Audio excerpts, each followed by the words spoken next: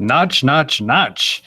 They almost want to make it like a Beetlejuice situation, but Google is putting a stop to that. That isn't keeping the notch phones from being hot sellers, however, and the numbers point to one particular manufacturer as the king of the polarizing feature.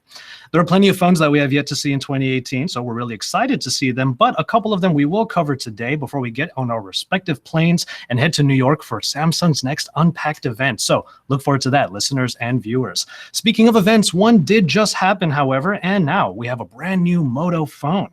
The Force may not be strong with this one, but one of the key mods will bring the next generation of mobile internet. Hello, everybody, and welcome to the Weekly by Pocket Now and XDA developers on this day, the 3rd of August, 2018. From smartphones to tablets to wearables and so much more, welcome. And let's get started talking about all the stuff you dreamed of having when you were a kid. I'm your host for the Weekly, Joshua Vergara. What's going on, everybody? I'm so excited to be here, and thank you so much, not only to the fellas for having me as the host, but also to all of you listening and perhaps watching here on the live stream. It's because of you, I missed you all, that I'm back on the podcasting mic. Joining us in the production booth is Jules Wong, who did a wonderful job of hosting the show before a wild JV appeared. So Jules, I just wanted to give a quick shout out to you. How are things going on your end, buddy? What type are you? A psychic type or a water type? What would you be?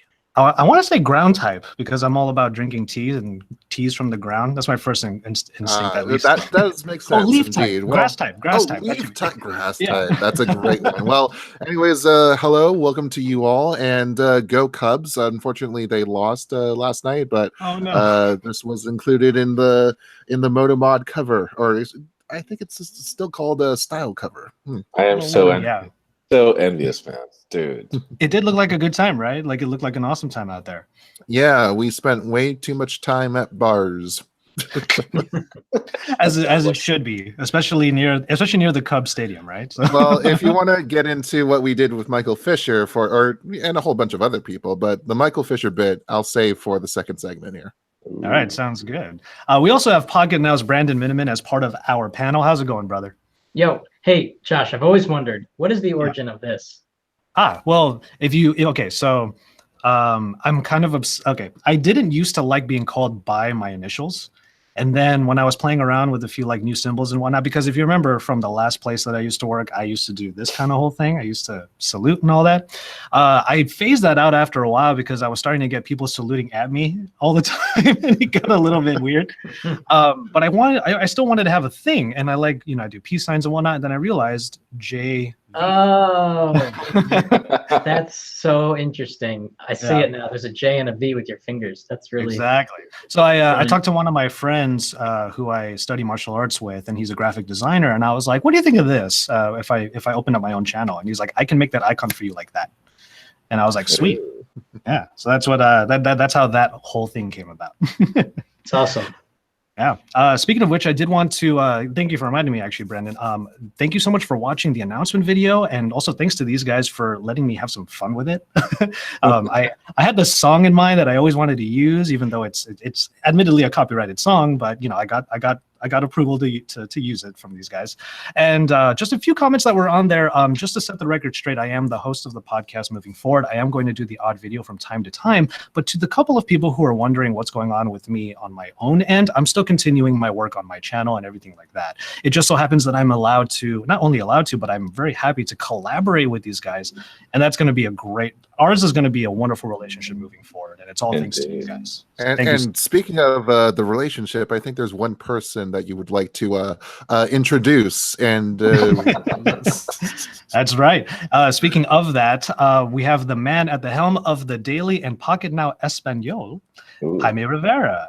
Hello. I was just thinking right now, if I had to use my initials and try to make my that's like the total gang member, man. What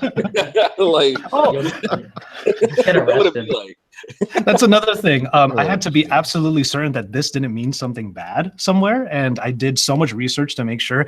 As it turns out, somewhere in, I think, like Mid-Eastern Europe, I forget which countries in particular, this is their peace symbol. So so it's like the two finger but with the thumb out. Yeah, exactly. I would have to do the ring finger out, but because the tendons between the pinky and the ring finger are you can't do the whole 4 thing. So Yeah. because like a V and then a W, it's just another V attached to it. But You know what though? unfortunately, If you go for it, Jules, I will totally support you. What are your skills, man? What are your freaking talents? Just do this. Just whatever you want to say hi, just wave it. All your initials are here, Jules. Yeah, pretty much. All right, so we have Spock to you. Spock to you. There you go. Live long and prosper, everybody. Speaking of shout outs to Fisher, anyway. Okay, so we're going to go ahead and get into the news. All right, so we have a bunch of stories this week, and the first few of them actually have to do with notch devices. And number one, though, on the list is the fact that Google is saying, hold up. Let's not go too crazy with these notches. Let's put a few regulations on this before it gets too far. So only 1 notch per edge, only 2 total per device, which kind of begs the question, what the heck would a 3-notch device even look like? What would that even be for? Now, a couple pieces of info before we get into everybody's thoughts. What Google is trying to say here is that notches can only be found on the short edge of the device. So if you're looking at, let's say, a 1080p frame, it would be on the short 1080p side, not on the 1920 side. So you're not going to see it on the long sides on the right or the left of any phone when you're looking at it in portrait mode. And you're not going to see more than 2 on any given device. So that whole Beetlejuice situation, not happening moving forward. So I do want to pose the question to the rest of you guys. What could you even imagine a 3-notch device, and why? I can't even imagine a 2-notch device. Well, what would that look like to you, Jaime? Like, do you think a 2-notch device where one's on the bottom half or short edge would make sense? Again, I have everything against bezels, so it doesn't matter if I get a chin at the bottom or whatever. Whatever companies do to get rid of them, for me, is fine. So it would make sense to me if we had dual speakers, like 2 notches that are symmetrical. That makes sense. And that these are speakers. That, for me, would be cool. But that would be it. Like, no more than this, please. Trying to think of what other bits and pieces, like, could there be a notch on the bottom that maybe has like a fingerprint reader on it? Maybe that's the way that they leave it on the front, That's a good idea. How large would it have to be is the question. Well, I mean, I do have a reference point here, and that's ZTE. I think we covered this. ZTE had a design award for a conceptual phone that was like, it had glass that came off of the phone because it had rounded corners. So it came off of the phone and formed its own corners. Then the glass met from the front and the back, but it had 2 notches.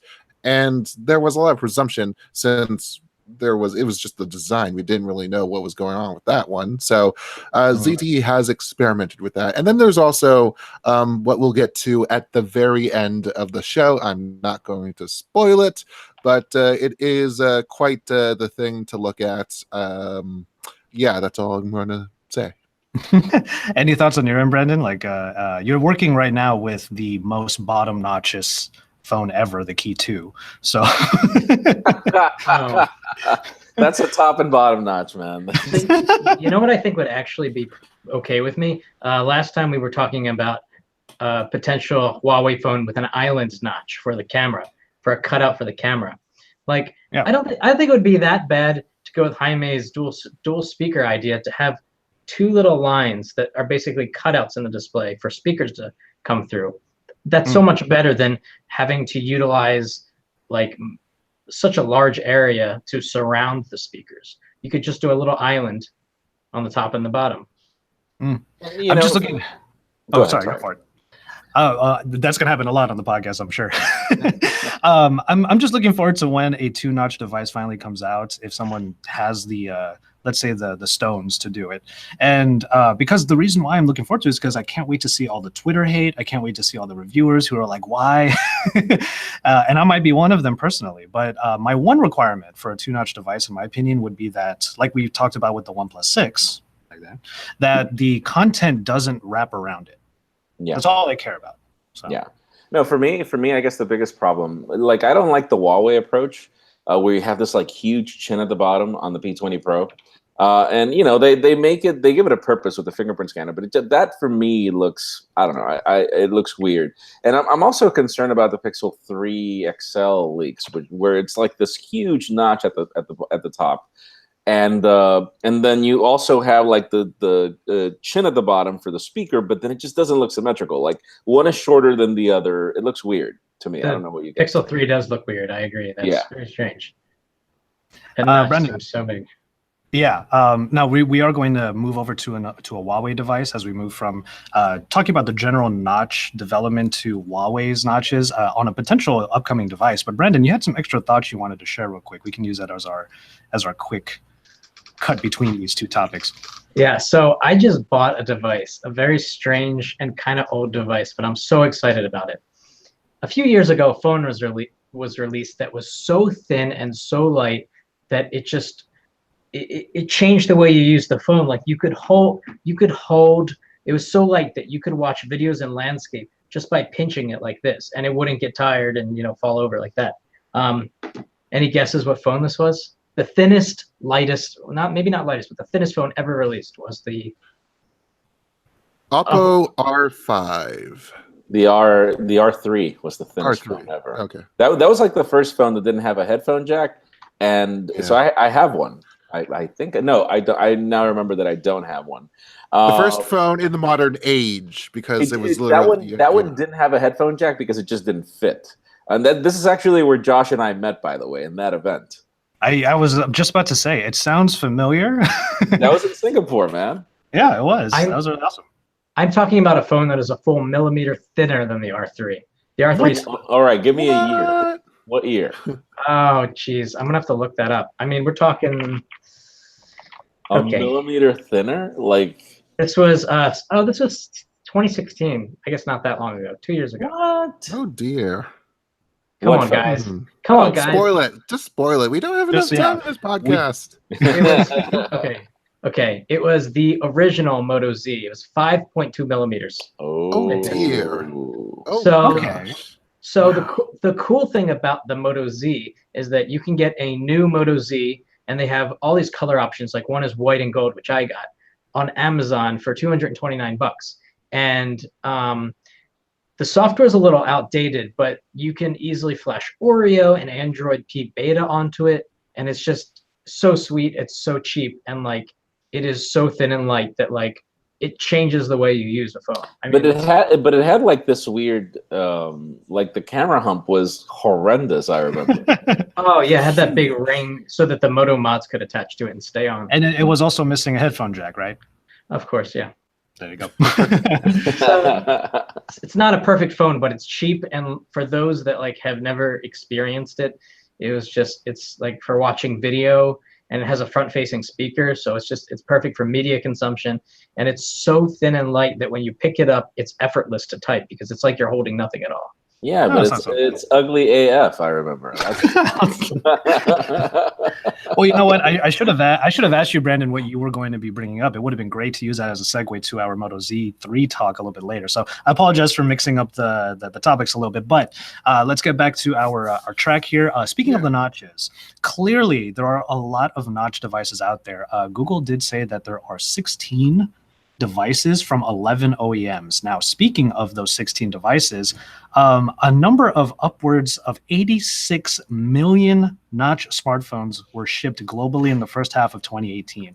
And it's probably no surprise given their market, but Huawei is at the top of that list. So any hot takes from you guys about how, because you were just talking, Jaime, about how you weren't a big fan of their design of the notch, but it's the best-selling notch phone. Yesterday, I was filming some B-roll for a video that's going to go live on Saturday. That, oh my God, like I had literally 6 phones on the table with notches, all different phones. So for me, it's like, well, this is it, this is where things are going. I can't say that it's my favorite design choice, but it is what it is. I wish that companies became creative with it. Like I honestly like the approach. Oddly, the approach that I like the most is OnePlus 6 and Apple, where there is very little chin at the bottom. Like, I don't have a problem with it so long as the chin is not, taking over, the rest of the design. It just looks weird, asymmetrical. Okay. Brandon has a few technical difficulties over there. There you go. There's a light in here that it's motion activated and it automatically turns off at certain intervals, and you cannot turn it on.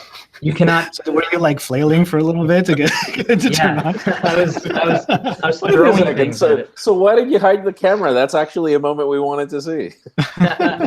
Next time, Something that we can loop on GIFs. It'll happen again in about 20 minutes, and I'll just do this. See what happens. Yeah. Brendan, have you used the P20 at all yet? Like, because right now you have the OnePlus 6, and that's your notch device per se. But have you used the P20 yet? Because it's clearly the best-selling notch device right now. No, but I did use the Honor 10 for a while, which is like kind of like the P20 Lite. But for a while, I was using the Vivo Nex, which I'm going to hand off to Jaime when I see him next week. And I was trying to figure out if like not having a notch and having like a very high screen to body ratio is better than like a OnePlus 6, you know, which has this little notch. And like sometimes it's cool just because when it's sitting on a tabletop, it's kind of awe-inspiring to see like so much screen. But there are compromises, of course, to that. Like on the Oppo Find X, you've got to wait a second for the whole thing to move up to take any pictures at all. Or on the Vivo Nex, you've got that little front-facing camera that pops up, and again, you have to wait a couple seconds for that to happen. I rather have like a OnePlus 6 with a notch that's not that offensive, with no moving parts.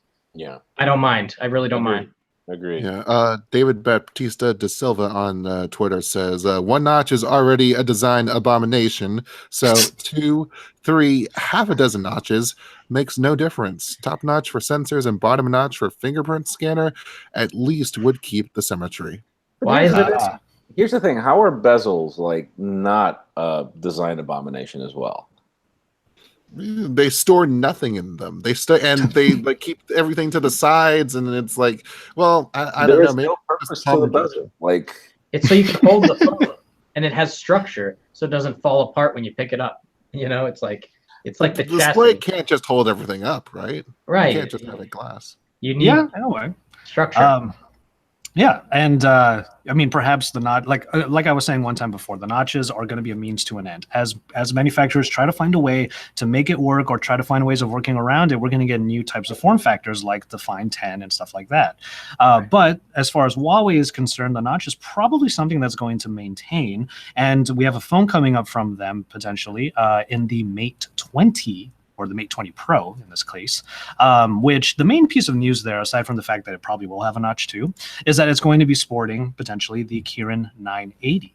Now, we do have a lot of good things to say generally about Huawei's silicon, their high silicon. And if the Kirin 980 is going to be the case in the Mate 20, then there are probably going to be a lot of high-powered specs in general. 6 gigabytes of RAM, 120 gigabytes of storage, a 4,200 milliamp hour battery. I like that. That's dope. Just think about the fact that this would, if the rumors are true, this would be the first ever 7 nanometer processor. Yes, I do remember. Yes, that is the thing. I mean, we're at 10 nanometers right now, and everyone makes a big deal about that. Going sub 10, I mean. Well, here's the thing. I mean, Intel hasn't, like, desktop processors haven't reached 10 nanometers yet.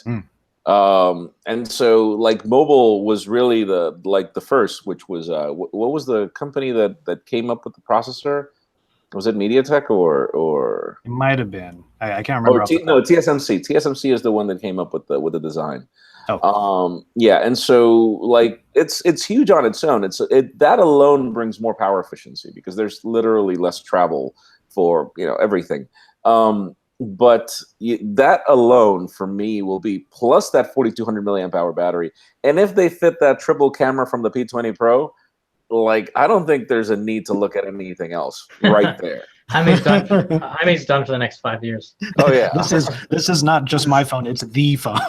Well, if you're not going to look at anything for the next 5 years, then maybe you can donate that trip to China for me. How about that? Fair enough. Wireless charging in-display fingerprint reader. So, we're really trying to put all of these features right in there along with Android P. You say what you will about EMUI. I mean, it's going to be Android P based. My only thing about the Huawei phones, especially the Mate series, is that, okay, so likely it's going to be a 1080 a full HD plus resolution. That's the only thing that kind of gives me pause because why not a quad HD display? Why not? I know it doesn't really matter so much, but Do you have it on your? Huawei's always been conservative. Yeah. Yeah. Do you have Quad HD on your key too? No, I don't. I don't even have it on the OnePlus 6, for goodness sake. Well, that's the thing. I have a Galaxy S9 Plus here, which I've been using for the last few days, and I have it at 1080p plus, man. Like nobody really uses Quad. That's true. That's true. I completely agree with that. And are there actual gains to be had with a 1440p screen? Not necessarily, but it's just one of those things that when you're looking at the spec sheet before you actually get the phone in your hands, you're like, oh, that's really it. Yeah. And then you get it in your hands and you're like, it's not that big a deal. Huawei doesn't even have much of a presence in the VR game because I don't know. So maybe it's just that, I guess, directing attention away from any sort of investment in that, because obviously screens are one of the few kind of parts that they have that has to be outsourced because they can get a lot of stuff in China. Yeah. I agree with that. Okay, so speaking of phones that are incoming, we are getting a little bit more information regarding the Red Hydrogen 1. I'm a little bit peeved about this phone, not necessarily because of any bad reason, but because I was invited to that event that they had in LA a number of weeks back. No way. I was, but you were there. I wasn't there. This is the problem. I emailed them over and over again saying, will we get time with the device? Is there a hands-on area, blah, blah, blah. And they said, you're not going to be able to do photos or video. Yeah, you're not going to do anything with it. So I was like, okay, like, do I want to brave the LA traffic to get all the way over there and just like look at it and then be like, hey guys, I saw it. That's it. As it turns out, a few people were able to touch the phone at the event, so I was a little bit peeved about that, but it's okay. As it turns out, though, the Hydrogen 1 is a hot device. People are really looking forward to it. And speaking of putting as many features as possible on here, we have 4 cameras. We have a 10 milliamp hour battery. And I mean, wow. this. Speaking, you were talking about a thin device earlier, Brandon. This thing is probably not going to be that. That's okay. Yeah. Gonna need it to power the holograms. Yeah, pretty much. So we have plenty that we already know about the device. It is coming soon. It's going to become a reality sometime soon. And some pictures are up that show contents of the box, a power delivery charger, which I'm all for. I love power delivery. And it also shows off a few pieces of the innards of the device itself. Are you guys excited at all for the Hydrogen phone, Hydrogen 1 rather? I can't imagine what the price of the accessories is going to be. So that phone, I guess I'd have to see it. I haven't been able to see the whole holographic thing they want to do. I mean, is it going to be useful or not is the first question. But if that if that's not really able to stand on its own, and if it's not able to produce great photography on its own without accessories, then the question begs, what are the price of the accessories? That's going to be the success or lack of success of it. Yeah, I agree. And also, we still don't really understand what benefits the holographic display will bring. Is it going to be like the HTC Evo 3D? Oh my God, or the Amazon Fire phone. Who has not heard that in a while? Yeah. Oh my God. What's interesting, though, about the FCC listing is that if you look at the model number of the Hydrogen 1, it's H1A1000, which sounds to me, and this is total speculation, like it's the beginning of a series, H1A1000. It sounds like a nomenclature that would suggest that there would be an H1A2000 or an H2A2000 or additional variants of the one. Potentially. You mean like the Essential Phone PH1, which actually, if you look at the text, actually stands for phone. PH1 stands for phone. I do remember that. That was pretty cool. Yeah. PHONE, yeah. Yeah, and so we're actually starting a series here that hasn't been continued. Yeah. So yeah, you never know. I mean, I am going to have to recuse myself from this conversation since I've been made very privy to a lot of off-the-record conversations at the Motorola event. There was a Verizon guy there, and it has been an interesting path in terms of Red, trying to get their certification, their network stuff together. That's all I'll say, but I mean, that could be tied to one of the reasons why you were not allowed to take pictures or video of the device at that event. Yeah, I'm kicking myself because I at least should have been able to see in concept what they're trying to offer with this phone, but I wasn't there. So, chalk that up to a lesson learned for me. Whenever there's an event in LA, I freaking live here. I should just freaking go. Yeah. Just grab an Uber. 3 numbers, 405. Yeah, exactly. No, Oh, 2 God, numbers, I hate 10. the The 405. 10 freeway is what I have to use to get in there, and it's the worst. I don't even go all the way to the 405. I was about to say, you don't need to grab the 405 in your case where you live. Exactly. I just go. Yeah, I but just go on that the 10. 405 is the worst, man.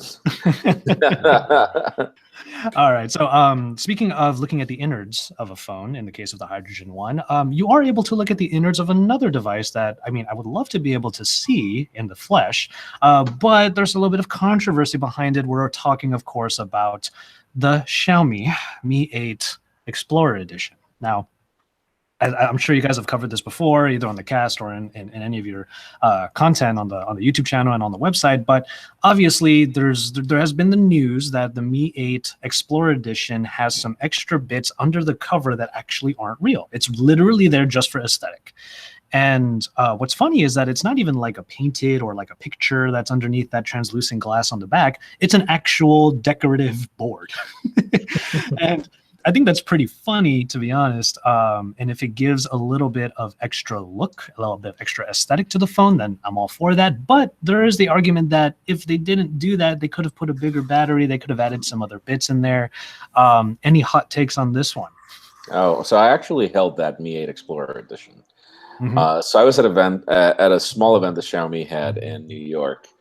I don't get the point. First of all, it looks like an iPhone. Like it looks like an iPhone 10 in every way. So it's like it's this blend of design, which I have no problem with it. It's just what's the point about the whatever art they have there? Like, does it really serve a purpose? Like, but then again, I can't go hard on them because you also have the HTC U12 Plus, which you do see the internals, but there is like a pattern being drawn over the casing to make it look cooler.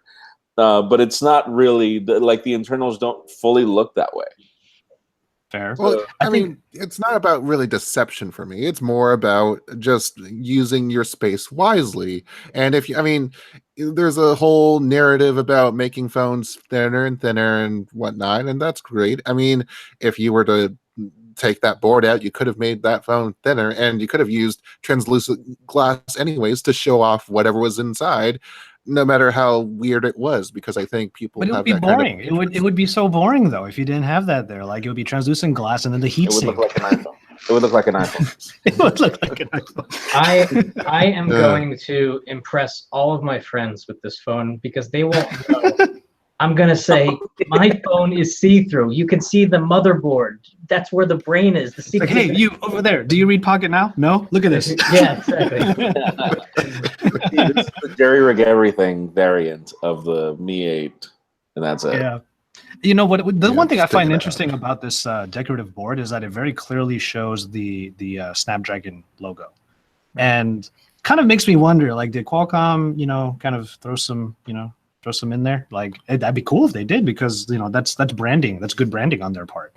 And I mean, that's their tentacles working out in China again after a whole bunch of debacles with licensing over there a few years ago. Fair, very fair. But yeah, I mean, I like the look of the phone. I would love to check it out. I would love to check out the Mi 8 in general. Xiaomi phones have this weird thing where it's clearly not completely finished half the time. Like a few updates later, it becomes the phone it was meant to be. But even then, there's some brilliance. There's a little bit of brilliance in plenty of the Xiaomi phones. Those quick flashes of it. I actually really enjoyed the portrait mode in the previous one, and Lord knows Xiaomi puts out stuff like the Mi Mix. Yeah, I mean, there are flashes of brilliance on every device that they make, even if it's not fully baked. If only MIUI was not MIUI, man. Like, and I get it. I get the purpose of their software. I know that the reason why their phones are so affordable in China is because of the whole mix they do, where they pretty much make more money off their stores and everything. That makes all the sense in the world. The problem is, God, it's just so bad. It is so bad. Like, I have a hard time finding things in the settings because they rearrange them completely. And I get it. Like even in something that I'm working on, I get that they have no reason to embrace the Google approach because there is no Google services in China. I totally get that. It's just, God, it's so, for me, it's annoying. It's a very beautiful, annoying phone. I think it's the best way to say it. I love that. Can that be a headline for whatever? Yeah. That's no problem. You've got it. All right. So there's no easy segue for this last story. Okay. Without getting political at all, or really just even social climate. What the hell, Sprint? Just what the hell? That's all I want to say. Because they're marketing for the iPhone 10 and the iPhone 8 are getting more aggressive, apparently. But this video from Sprint talking about this flash sale, and they took the word flash way too seriously. And actually, okay, my first question is, there are professional flashers, like that's an occupation. And they got these two people who are wearing this board on their chests that say there's a flash sale on the iPhone 8, and they're wearing these humongous coats, and they just run in front of people and are like, blah, flash sale. And who thought this was a good idea? Like, I'm all for subversive marketing, but this is ridiculous. I'm watching the video now. Live reaction from Jaime. All right, hold. Like, what is this? Like, what the? It's funny. It's so clever. It's clever. What are you talking about? This is not clever at all. This is how you get Me Too'd. The best part is how the jackets are Sprint colors. The outside's like dark blue, and inside it's yellow. So it's like total branding. It's so cool. This is absolutely ridiculous. I can't believe that they did this, because like you can even see it in the faces of the people who got quote unquote flashed. They're like, what the heck? And like, that's not how you don't jolt people into a sale. Like, this is so weird. I'm gonna make this is gonna sound sexist, but I guess if they would have grabbed these like very beautiful models, the result would have been so much different. I mean, there are biases. I mean, the picture that you guys have at the top of this article shows a dude going up to two girls and going like this. That's the worst idea. Yeah. I can't believe this. No, I'm sure that if they got a couple of girls that were prettier, the result would have been different. Oh, that would have been great. And you know what? Like, all power to the sale itself. Like an iPhone 8 at 64 gigabytes for $699. Like, that sounds pretty cool. It's not $1,000, so cool. But this is not the way you tell people about it, in my opinion. Well, the thing is, the flash sale was like $8 a month, so instead of $699, it would be like 200 something. So, but yeah, this is weird, and it's especially weird given that they did it in Kansas City, because I see the streetcar. It's all got Sprint branding, and it's their hometown. So, way to kind of piss off your home crowd, I guess. Maybe, I guess. And what do you guys know? What do you guys know about the future of Sprint and T-Mobile? By the way, like, how's that gonna? Any updates? Like, I haven't heard anything. Public comment mode, man. Yeah, I've never actually used Sprint as a carrier. I have once. I have always. Do you guys remember when Sprint was going to skip LTE and did WiMAX instead? Oh God! It wasn't really. No. LTE wasn't ready. LTE wasn't ready, and so what they did was they adopted WiMAX. This was like back in the as a condition of it was a condition of the Nextel merger. They had to do something by 2008 or something, like some advanced timeline, and that was one of the requirements, 4G by that time. So. Yeah, I love this question. I'm looking at the chat, by the way, everybody. So B Floyd over on our top chat. Who was broke enough to wear a winter coat in the middle of 89-degree summer anyway? If you get paid enough, you'll do anything, right? Yeah, exactly. Oh my goodness. But for me, those are like, every time that I see somebody like, standing on a street corner with a sign or something. See, those jobs, I hate when people do those jobs. Like, I feel that companies, I don't know, I consider that to be humanly degrading to have somebody hold a sign. I consider that to be disrespectful to the employee, to the person. Exploitation, right? Exactly, that's exploitation. Like, every time that I see something like that, I cringe and I get upset, because I feel companies should be smarter about their advertisement. Like, seriously. Exactly, which is probably the overarching point of this particular ad. You can be smarter about this, guys. Yeah, seriously. So, On that note, we are going to take a quick break. I suppose, we'll be right back with our main topic. All right, this episode of The Weekly is brought to you by Jamf Now, helping you track your Apple devices. It's hard enough remembering to keep your iPhone and iPad in sight sometimes, especially when you're on the move or in a co-working space or what have you. But if you run a business, you know it gets even more complicated than that. And don't get us started about managing fleets with remote employees too. Jamf Now gives you complete control over your inventory, allowing you to deploy uniform sets of networking credentials, apps, and data. You can even lock or wipe a device at any time. Best of all, you have peace of mind without having to take in hours of IT lectures. And you don't even have to pay that much for it. Weekly listeners can set up their first 3 devices for free, with each device after that just costing an extra $2 a month. All you need to do to get in on the deal is head over to jamf.com/pocketnow. That's JAMF, that's Jamf with an F at the end, jamf.com/pocketnow for your free account. Hey, do you guys use Google Opinion Rewards? Opinion rewards? What is that? They do surveys every have you cashed out on it? Yeah. You get free Google Play credits for just completing a survey twice a week. And sometimes you get like 10 cents, kind of sucks. Sometimes you get some political questions and you legit get like 85 cents credited to your Play account. And all you got to do is have this app on your phone. You guys that's like 3 or 4 surveys. You get a couple of games. That's okay. That ain't bad. Yeah. You can fill out the surveys on your way or while in the bathroom. I mean, it's like free. It's like free money. I mean, I'd be able to fill a ton of surveys then. It's bathroom money. How much worth do you put into your bathroom breaks? I think I'd make a good $5 then. All right. All right. Okay. So, well, that was a nice way to return from break. Yeah, exactly. Segue from bathroom breaks, I suppose. I don't know. Right. In any case, so all right. So we have our main topic for today, and Jules, I'm going to go ahead and start off with you. I think you had a bit of a package that you wanted to play. Hey, look at this! It's the Moto Z3 Play. I got it in front of me here, and it's going to Josh as soon as we meet during Unpacked. It's going to be great. I actually unpacked it for the video that I hope to have up coming up this weekend or Monday, and it's an interesting beast of a sort. We had a whole meetup at Motorola headquarters in Chicago yesterday. A whole bunch of the tech press corps was there. And they shoved you all in a bus, I saw.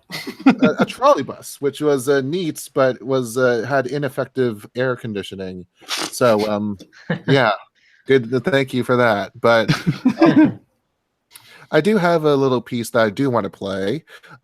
This one for our live streamers here. You're going to hear mostly from just one person. However, for our audio podcast, which I hope you'll tune into, you'll be hearing a more wide array of people from David Kogan being one of them, and as well as I think, did Hayato do one? I think so. I'm not sure. I'm going to have to check back. But in any case, listen to this one here, right here.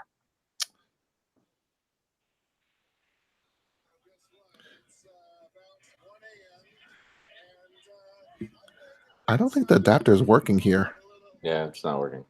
Okay, Yeah. well, in any case, then I am just going to have to play this out loud and use the phone. And it's like, when do or die, when everything doesn't work and technology sometimes just happens to throw everything in your path, then you just failing. That sounds like my Wi-Fi. But you know what's funny? You've been consistent on this one. Don't jinx it. Oh, I'm not. There you go. Yeah. Anything, Jules? He's working on it. So obviously we're talking about the Moto Z. You and I both know as we walk into the freaking revolving doors and make more work for me because I have to stuff this little. Of course, there's a street cleaner. What the f- It is the nighttime, and I'm just gonna. I should probably not leave this in, but hey, whatever. It's the way to be. Wait, It is. tell me there's another street sweeper up there. There is. I mean, do you want to ride it? We could ride it. Two goddamn street sweepers. Okay, all right, now we're good. All right, sure. Let's try. Let's pretend that didn't happen and welcome Mr. Michael Fisher to Mr. Mobile's little segment on our podcast here. It's 2 minutes, 2 questions. You ready? I'm ready. I'm comfortably ensconced in my corner of a Chicago street. So if I were to be French, I would call it the Moto Z3. Because the whole 3 and the E thing, I don't know, maybe. But I have to go German so I understand. Z3, would that be it? No, Z. No, it's just the Moto Z3. Set over. So it's set. Yeah, I don't know. It doesn't matter. Yeah, whatever. Well, you want to cut all this? Let's cut. I think there's a little judgment that is to be had here because you saw what happened. You saw the spin and the blush that they gave this Moto Z3 thing. Yeah. And it came from all sides, from Qualcomm, Verizon, Motorola. So a lot of people talking today. Yes. Yeah. Absolutely. So you got you digest all this information. Sure. What is your initial kind of takeaway after listening to all that and then just seeing the device holding it? What is it? I have to be frank. There's a lot of people here. There's a lot of people from the media here. There's like 20 people on the other side of the wall we're recording this from, and that's not even all the people Motorola brought into Chicago for this event. So frankly, I expected a big splash. And their teaser said, it's a whole new way to communicate. It's a whole new way to have video calls, a whole new way to do everything. Whole new world. Yeah.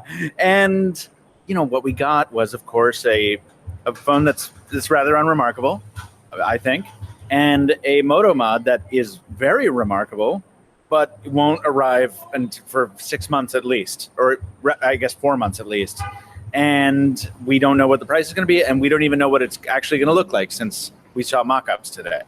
So, it's really hard to take all that together and say, wow, yeah, I'm really jazzed about what I saw today. I'm not down on it. I'm just, I have to say, I expected a bit more. Separating the mod for a second here, I've brought this up several times in the course of conversation today, but it's always that thought experiment that we have in terms of last year's flagship phone versus this year's mid-range phone. It seems like we seem to be hitting a chord with that in terms of just putting forward the package, pricing, whatnot. Just to reflect on it for just a little bit and see how maybe a little initial impression on how well it does. How well it does in just striking whatever that is. Yeah, it's so weird, right? Because I'm looking at the phone, I'm holding it in my hand right now, and several times today I had to make sure I wasn't holding the Z3 Play I brought along, because this is so similar. I mean, it's like the cameras even, I haven't verified this, but I think the camera module is exactly the same. Dual 12-bit, Z2 Force. Which is a year-old phone at this point. And that wasn't a very good camera. And I don't think this is a very good camera either. So you have that. You have the kind of design language that I was kind of meh on the Z3 Play. You got this weird power button on the left and the fingerprint scanner on the side, and it's buzzing in your pocket all the time. A few visceral improvements they've made is stretching out that screen a little bit, which facilitated that move at the power button and whatnot, or fingerprint sensor too. Yeah, and it's just the most exciting thing about the phone to me is the price. $480, but then again, it's $480 on Verizon, and you have to be on Verizon to appreciate it. This phone exists as a chassis for the mod. There's nothing special about it unless you're talking about the 5G mod. And that's, again, tough to get excited about, I think. Review day is coming. Big questions that need to be asked. What's one of them that you're hoping to answer in a definitive way? Oh, my God. That's a tough question, Jules. It's a good one, though. Right, because it's easy to hedge and be like, yeah, but Motorola is a great company, so yeah, I think some people will buy this stuff. Honestly, I love this filler. Yeah, what's the question? Right. No, what's the answer? The answer to your question about what my favorite question is going to be, it can't be, should you buy this phone? Because I think you probably shouldn't, unless that's not entirely true. There's use cases for it. But that's not the most interesting question. The most interesting question is,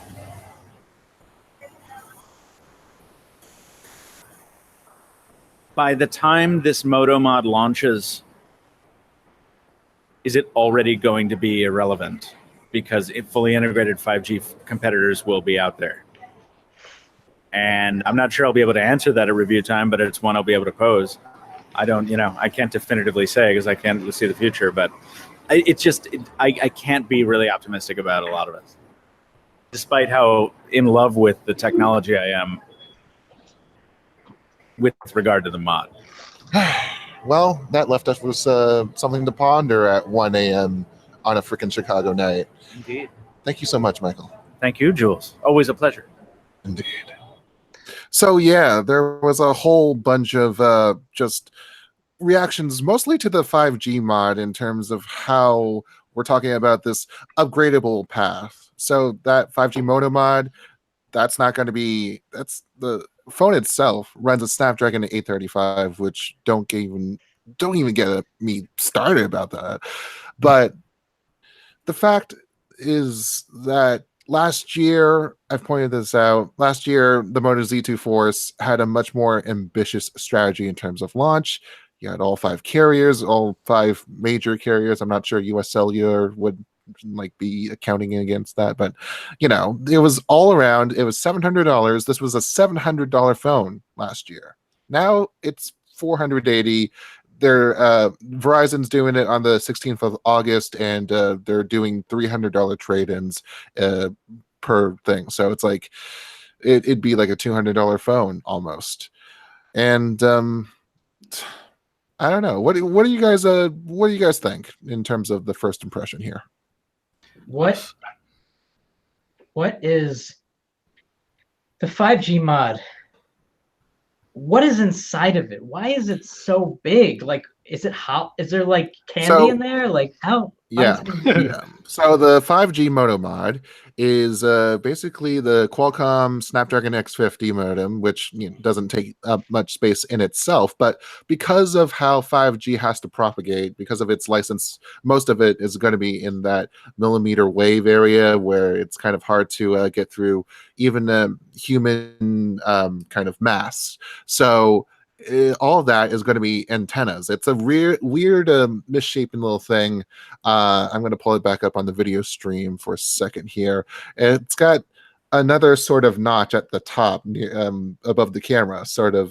But that's all antennas reaching out, making sure that there's proper coverage so that even when you're holding it, it doesn't phase out. And that's it's one of the concerns ongoing with 5G in terms of,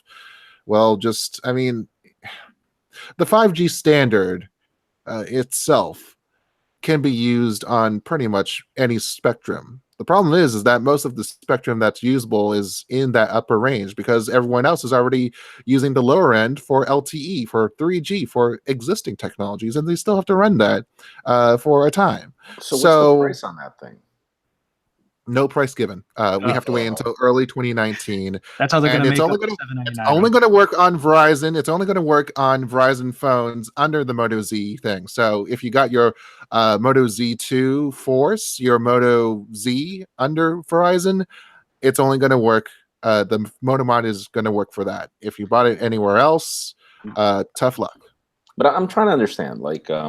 You saw the recent survey that Ookla did over how the Qualcomm Snapdragon 845, far outperforms any phone that doesn't have the chip. So why go 835 and then make people wait 6 months for 5G to use a weird Moto mod that's most likely not going to be, it's not going to be cheap. And then it's not like if you have access to 5G everywhere. Like, what cities are going to, I don't think 5G is going to be ready to launch until mid next year anyway. So what's I don't know, man.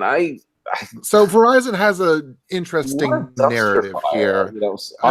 Yeah. So, but it's behind the ball a bit in terms of 5G. At first, it was I think it was the first carrier to announce that it had plans, just general plans for 5G. It turned out that it was going to be for fixed broadband. It'd be like they'd have towers going out to base stations inside homes, and that would be their way in. And then everyone else started talking about mobile 5G and their plans, and they kind of were caught behind with that. So now they're trying to say, hey, we're working on this being the first phone. It's a Verizon exclusive, and it's going to be upgradable. Upgradable is their term for 5G, which Snapdragon X24 on the Snapdragon 835 processor that they have on the Moto Z3 is going to get you decent speeds. It's fine, Yes, I guess, it's for not LTE, but it's not even gigabit LTE capable. That's the problem. I mean, gigabit LTE came with the 845. So some tests were. I'll be fair to Qualcomm here. Some tests, theoretical tests, only theoretical tests. Big underline on that. Did provide the 835 with I think it was 1.2 gigabit downlink. But again, the lab conditions, whatnot. You're right. So you're right. Yes, you're right. Yes. Yeah. Yes. Gigabit LTE came with the 835, and then it's like a version 2 that we have with the 845. I guess Gigabit LTE is one of their terms one of Qualcomm's favorite terms that they want to push out in terms of getting the speed up. And they were all. It was more of a Verizon Qualcomm event, I'll be honest, than a Motorola event, even though it was at their headquarters, Motorola's Chicago headquarters. There was a lot more talking being done by the Verizon representative. There was a video from Verizon. There was Qualcomm, everyone was there and they were talking about how 5G is going to be used for everything. They had a whole room set up, even though all the art assets were Motorola's. Like they were like, this is how 5G is going to improve everything for VR, AR, your life in general, and you are going to be using it. And Jaime, you and I, we've been to plenty of these types of events, not necessarily for devices, but for the concept of 5G with Qualcomm. I mean, tell me how Hawaii was like, other than the whole swimming with Mr. Mobile in the buff. Oh, those speeds, those LTE speeds look great in the studio. When I was wearing my swim trunks. It makes sense. LTE. Well, you know what? It makes sense. It makes sense to me that Verizon would be at the helm of something like this because, I don't know if there's really too much argument here, but in the U.S. domestically, Verizon is the most reliable and fastest network for very particular reasons. Though it's not going to be something that's proliferated easily across the globe because Verizon is a very proprietary network band. And every time I use a Verizon phone, I'm having a lot of fun with it because it's always speedy. It's always really awesome to use. So I'm okay with that. I understand that Verizon is probably going to be the company that brings this version of 5G to the market. But the problem that I have with this is that clearly we're trying to get to 5G because I think most of these manufacturers and companies have just given up on trying to perfect our current LTE because we fall so far behind. Compared to many other countries in the world. Even a country like Estonia just wipes the floor with us. Even a country like Honduras has faster LTE speeds. I think we skipped LTE advanced, right? Like that didn't even happen. So. LTE or whatever. That's a good question. I don't know. But so here's the thing. I totally understand. Like, for example, why is it Verizon? Because Qualcomm and Verizon have been partners since the inception of digital. You have to remember CDMA was invented by Qualcomm. So and their first partner was Verizon. So I get that they have a long-term partnership, and whichever company. So the advantage of 5G is that it's a global thing. The faster people adopt 5G, the easier it is for people to just stop dropping off LTE. And so it's a win-win where people, 5G is going to piggyback on LTE, but it provides the assistance. And it just, it liberates, I guess is the word. It liberates a little spectrum because it seems companies are not going to be investing more on LTE. And have you guys experienced regular HSPA Plus on carriers like AT&T? I mean, like 3G is horrendous right now. Like if the phone falls into 3G, just forget it. It's the worst. Well, on like AT&T, you go to HSPA Plus, which it's bad. Really? Probably in Philly, it's great, but in New York, it's like the worst, man. Wow, but maybe it's just too much. It's congested. It's congested enough as it is. Yeah. Literally, Edge on T-Mobile. Edge on T-Mobile while roaming is faster than HSPA Plus on AT&T. Oh, dang. Wow, it is that bad. Like it's literally. I would rather tell me it's not connected. Yeah. I mean, that's kind of the ultimatum that you would like to have. But I want to get back to the Z3 in that it's a shuttle for this, I mean, I guess propaganda about 5G, which, it has its valid points, but it's a shuttle. This Z3 is getting jettisoned. I feel like it's gonna be out the door by whenever, come next year, when all the integrated solutions, all the ones that have the Snapdragon 855 inside, and you don't need a freaking 5G mod to achieve those speeds. And yeah, but those phones are going to be like this thick. Well, maybe. The pricing is enticing though, and I think that the design. Well, I didn't see the Moto mod personally. You have, Jules, but all Moto mods are like that. They're all chunky, so I think it's just a design thing. I don't think it's an antenna. Like in the old days, you remember those antennas for like the satellite phones. I don't think it's a necessity. I think it's more a design thing. Yeah, you almost look like you're holding a satellite phone with this thing too, and which is funny to me because the image of somebody holding up this Moto mod and the phone to their face is funny because that's not what the 5G modem's for. It's for data. Yeah. But what I'm thinking here is as Fisher was saying in that clip. By the way, great job on that one, Jules. The whole idea behind this mod is that's going to come out within 4 to 6 months from now. But by the time this mod comes out, is it in line with, or at least coming up close to, a potential Z4 launch? So like this mod is obviously supposed to be backwards compatible with this phone and the next phone. So I can see why the timeline is the way it is. But still, like, it only really makes sense to buy the mod if it's expensive with this phone, because potentially the Z4 is going to be the one that comes in at least $699, and then you're paying way more out the butt with that. But then you're probably around that time, come early next year, you might be looking at like a Galaxy S10 with built-in 5G. Right. True. Yeah. I think it's just a selling point stunt where it's like, we're giving you a phone that's going to be 5G capable. So if you buy this phone now, you will be able to connect to 5G whenever it's available. And since people hold on to phones for more than a year, I guess they're just trying to make it a marketing stunt. I get it. It would make more sense to me if the Moto line, the Z line from Moto, was like the only phone on Verizon.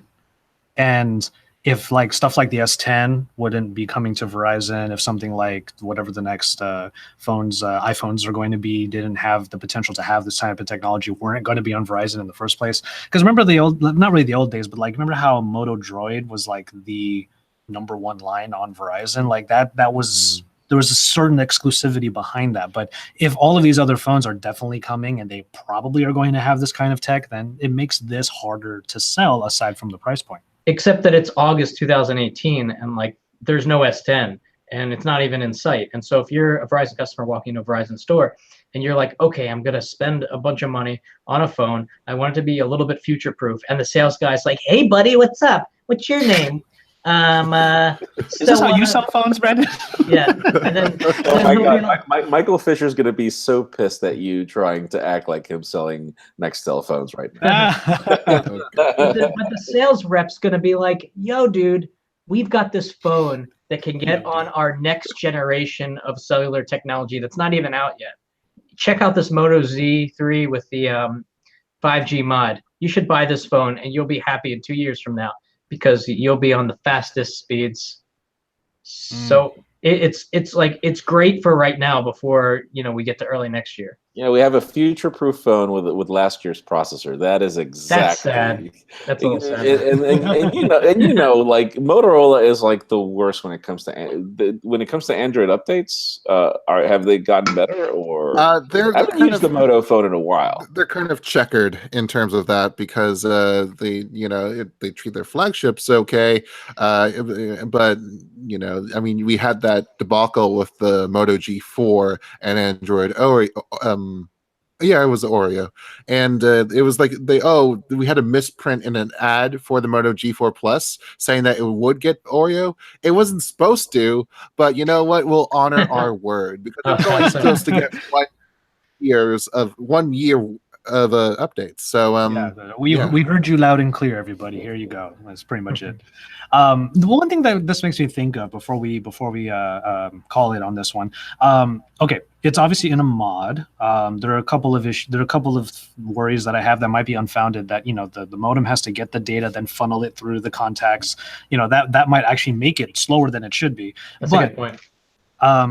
thinking about how this mod has a 2,000 milliamp hour battery inside of it just to power the dang thing, because obviously there's a lot that it has to do to get the most optimal speeds that are called 5G.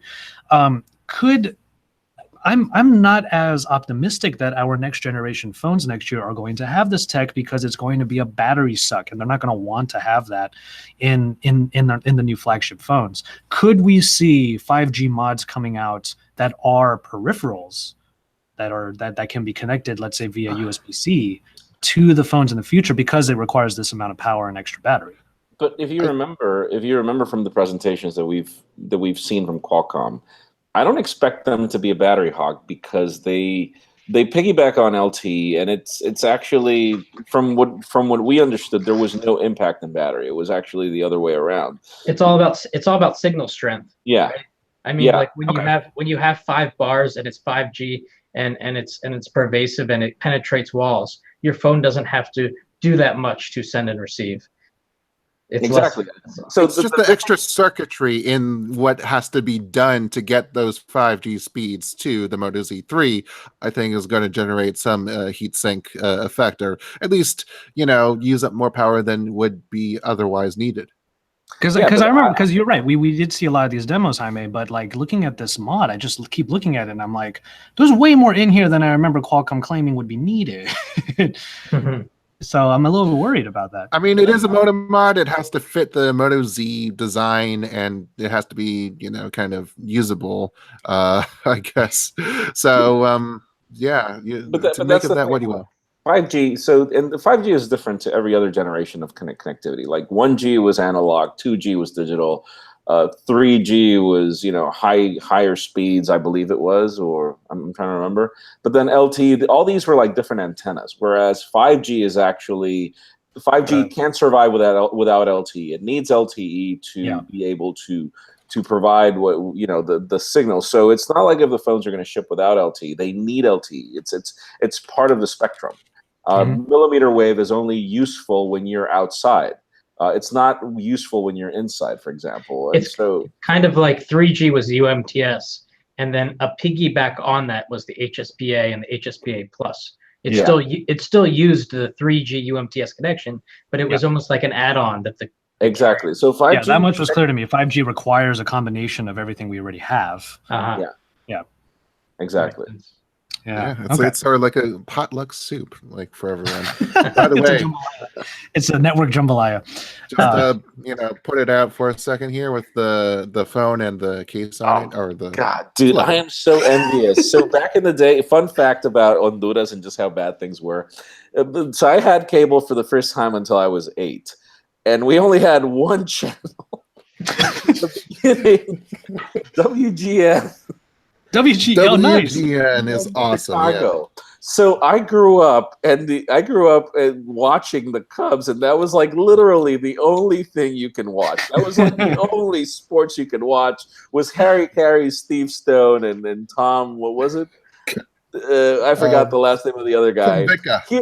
Here at Wrigley Field for the Cubs game. So for me, I was like, damn it, I have to change my flight that you guys are going to Wrigley Field, man. Yeah. It's like, for me, it would have been man. a treat to be there. I am so envious, Jules. I apologize. All right. If you have, listen, if you have a little off time, and I'll pay for your ticket.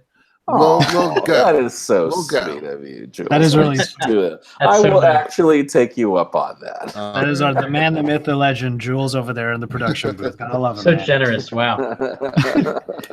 and don't let it be a false claim. It's got to happen. Jaime is going. I will make sure that it happens. Trust me.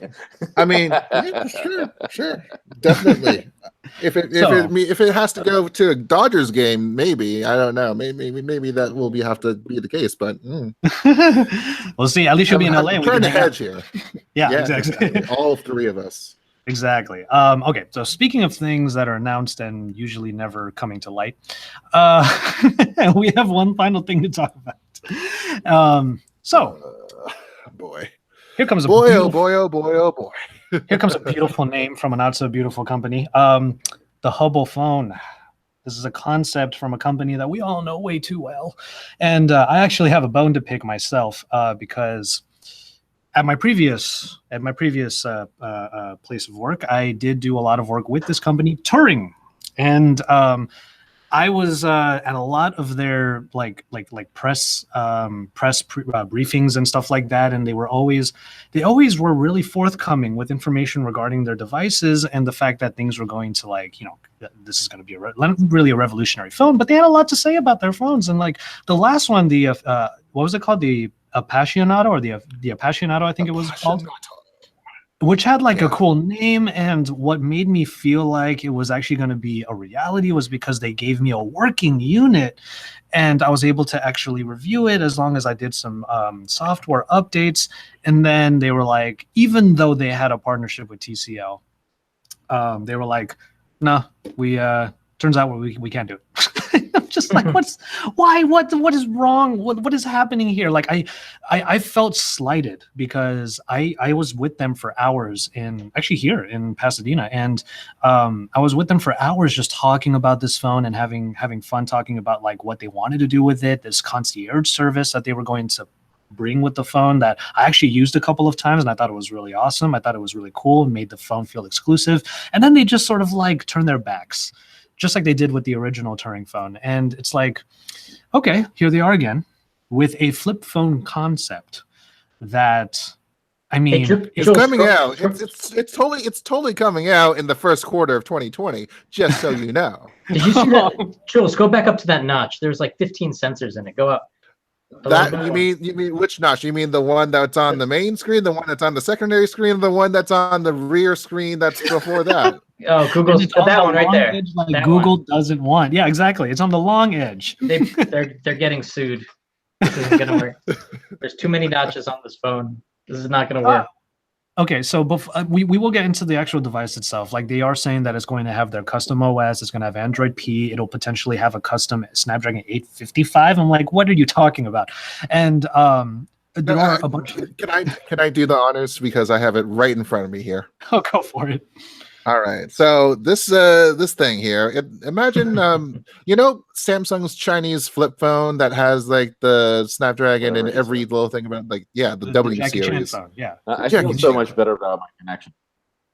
Yeah. It's doing great. It's amazing. I'm sorry about this. But in any case, this dual Snapdragon 855s with why?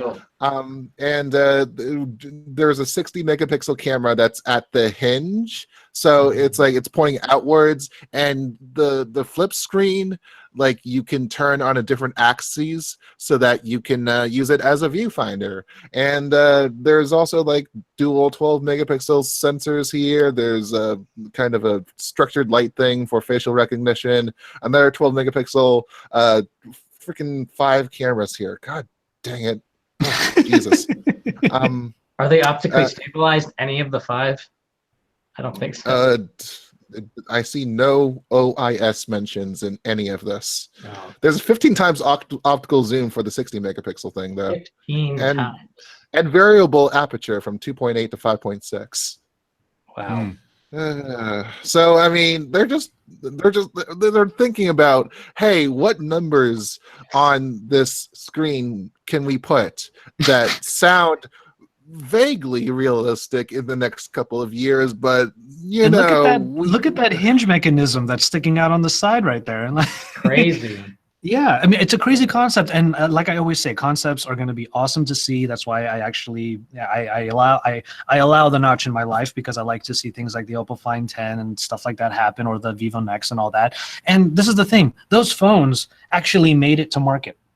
So that's the difference here. And when the first Turing phone came out and I was able to view it, it got a lot of views. It was obviously something that people wanted to see, and then it never really went anywhere. And then the Appassionato came out, and then I was able to actually hold it. And whereas I originally said I'll believe it when I see it, I did. And then it didn't go to market. So this is what I'll say with this one: I'll believe it when I see someone buy it. Like, I'll believe it when I see someone actually give a card to somebody at a manufacturer or a carrier and say, I will have that phone, please, thank you, goodbye. Because that has never happened with this company. Never. So I remember a girl, Michael Fisher, since he was on the show, I can reference this. I remember he asked me like, wow, you did a really good piece on the Appassionato. Are you at all like, I don't know how you could do that knowing what their track record is. And I was very optimistic at the time, and I always am when it comes to tech. I'm the kind of guy that says, oh, is this phone the best one? No, because all phones are amazing. You know, like why don't we say all things are amazing right now? That's the whole point of life right now, is that everything's cool. And it's like, why would I pick a side when everyone can benefit? And I'm the positivity dude, and that's the mentality I had going into Turing, and they've always disappointed. So It sucks to have Lego Batman be so disappointed by something. yeah, exactly. Everything is awesome. Thank you. I'm Lego Batman. I love that. Jaime popped out for a second there, but I wanted to ask Thank you for Jaime, jinxing my connection, by the way. This is hey, all it happened at the end of the show, okay, and it was only for a little bit, so thank God. This is pretty Quick question good. for you. I ranted for a little while about Turing and the relationship I had with them.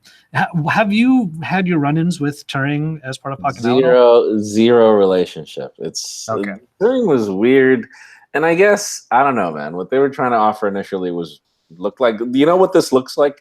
This looks like South Hall CES. You know, the South Hall where you find there's like the cesspool of devices concepts that pretty much will never make the light of day. That's what it, you know, it looks like something that I don't even see the functionality in the product. I mean, hey, prove me wrong. It's one of those cases where whenever I see concept designs, I'm tired of it. It's just, don't show me a concept. Show me something that you're going to launch. This is like, you know, and most companies, I feel that they make the mistake of creating. I think we've just gone through so much in the mobile space where, if you remember, like Windows Phone 7, it was announced in January. It was launched in December. Like, whenever you do something like that, you literally kill the product's buzz. You create buzz and then it just dies out. And so whenever you make these announcements of a concept that's 2 years away, like, what do you expect for people to remember who you are 3 months from now? Like, Exactly. nobody's gonna care. And so you don't do yourself a favor, companies like Turing and whatever, don't do this. Like, I think that Red is making a big mistake with their Hydrogen 1 teaser. I think that if they would have just made an event, you know, let the rumor mill play itself. Red is working on a phone. Red is working on a phone. That's, you know, that's all cool. And then boom, 3 months later, just launch the damn thing. I think that that's going to have a better effect than show me a concept that's just going to allow the big guns like Samsung to actually put their R&D into, hey, can we do this? And they'll pull it off. Well, you have to remember that Red is film fans. It's not just, you know, smartphone fans. I think there's a good cross section there, but they're more into, you know, digging into color space and whatnot. I mean, they have their own forums. That's where we've been getting all of this information, and he just wanted to be transparent about it. That said, he has his own kind of this James Gennard, who is running the place. He has his own kind of cult of personality there. And sometimes that kind of gets in the way of things. Forgive my face, but yeah, no, I totally agree with you there. And like, especially with Turing, like, one day if they ever do put out a phone, it's going to be on the back of all the controversy that they created for themselves. Like, do you want to be infamous and then you prove that you can do something? Like, that seems like their path right now. And I guess smartphone manufacturers, let me give you this. The reason why concepts work in the car industry is because they make it very clear from the outset, this is a concept. You're never going to see this on the road. If you do, it's going to be radically different from this. And even if it is like this, we're going to make that announcement later. Then you don't come out with like these renders and then say, hey, this is going to be out in 2 years. Like, you don't do that. Like, that's, you don't do that. It doesn't work that way. I mean, look at Vivo. Vivo didn't even show their phone out to anybody, you know, the concept phone that eventually became the Nex. Very few people were able to see it, and then boom, just out of the blue, we have the Vivo Nex 4 months later. See, that's how you do it. That was good, nice and fast. Yeah, that's how you do it. But like what of this concept is even possible? It's like whenever I see those concepts of the Galaxy S9, where I'm like, yeah, I mean, just remove the bezels in Photoshop. Anybody could do that. Like, you know, it's not going to happen. Like, technology doesn't really work that way. So, you know, whenever I see those concept designs, you know, it's no offense to whoever's into that industry. It's all great. But in the case of Turing, like whatever. I'm like every like I didn't even cover that in the daily. Like Sam came up to me and he was like, "Oh yeah, dude, look at this. This looks really cool." And I'm like, "You're too young in this industry, man." Yeah. They are infamous. It doesn't work that way. Like you have no idea how much vaporware we're exposed to at CES. Come on, Brandon. What? Brandon, make the dance. Hold up, Brandon. Make the dance. Come on, I have to throw something at the light switch for it to work. Okay, do it. Are you watching? Live on air. Watch this. See? Oh, Jesus. There you go. That is a perfect way this of is calling the perfect Ferris Bueller's Day Off moment right now. It works. I think that is a perfect way of calling it on this one. One thing I want to give a shout out to you real quick, Jules, because this final line of the Turing one, I love how you did this. It's called the Hubble phone, right? So This is what Jules wrote. No pricing has been announced, but we do know that the Hubble telescope ran up to an initial cost of $1.5 billion in 1990. Has gone on to command more than $20 billion in maintenance costs. Good job, Jules. That's good, Jules. I'm just doing my research. That's all. Oh, man. All right, well, that will probably do it for this episode. On that note, thank you so much for having me. This is my first episode as host, and it's in the bag, so thank you so much for watching. Glad to have you. Oh, thank you. Great job hosting. That's great. You did a wonderful job. Oh, thank you, man. I really appreciate it. If you're watching on the live stream, thank you for watching. And otherwise, thank you for listening from wherever you get your podcasts. The Weekly is just as much a conversation as it is a show. So make sure you make your voices heard either in the comment sections down below or by emailing us at podcast@pocketnow.com. You can also tag the cast on Twitter with the hashtag PNWeekly. So hashtag PNWeekly.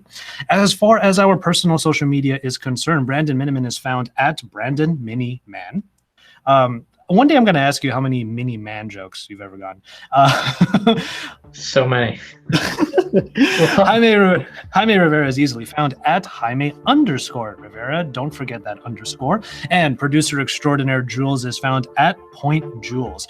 I am, of course, your host, Joshua Vergara. You can find me at JV Tech Tea. The T is TEA because I love drinking me some tea. So JV Tech Tea. Pocket Now is at Pocket Now on Twitter, Facebook, Google+, and on YouTube in English and Espanol, where you can find more news on the Pocket Now Daily and Pocket Now Dario. I'm hoping that I said that right. Yeah, nice. Got it. Every single weekday. We also have a lovely site, pocketnow.com, for all of your mobile tech needs. We would love to see some reviews and ratings on Google Podcasts, Apple Podcasts, Pocket Casts, Overcast, whatever you might be streaming us on. We're available everywhere podcasts are available. Without them, we wouldn't be able to continue making this long-running show for your eyes and ears. With that, we're going to go ahead and call it on this edition of The Weekly. Thank you once again. I'm going to go make a cup of tea, kick back, and we'll catch you on the next one. See ya.